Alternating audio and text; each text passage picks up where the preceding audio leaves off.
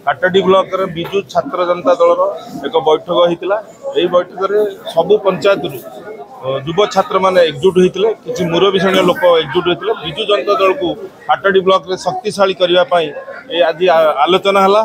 ये आलोचना निर्यास बाहर जे प्रत्येक पंचायत को आम जीवु पंचायत स्तरीय बैठक करूँ।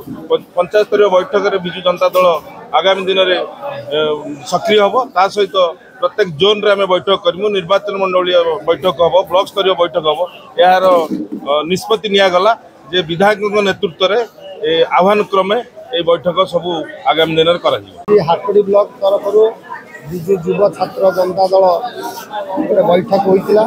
ये बैठक रे आमर 31 पंचायत समस्त युव छात्र मैंने आसी ये सभा को सफलमंडित करेले एवं आमर ब्लॉक वरिष्ठ विजु जनता दल मुरबी मान उपस्थित थे।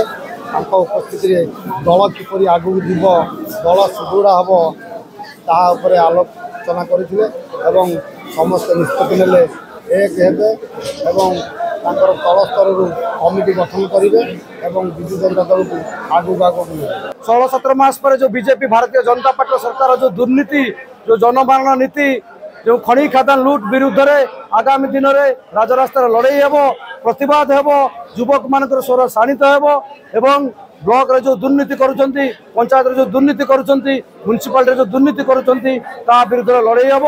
ये लड़ाई आज आरंभ है।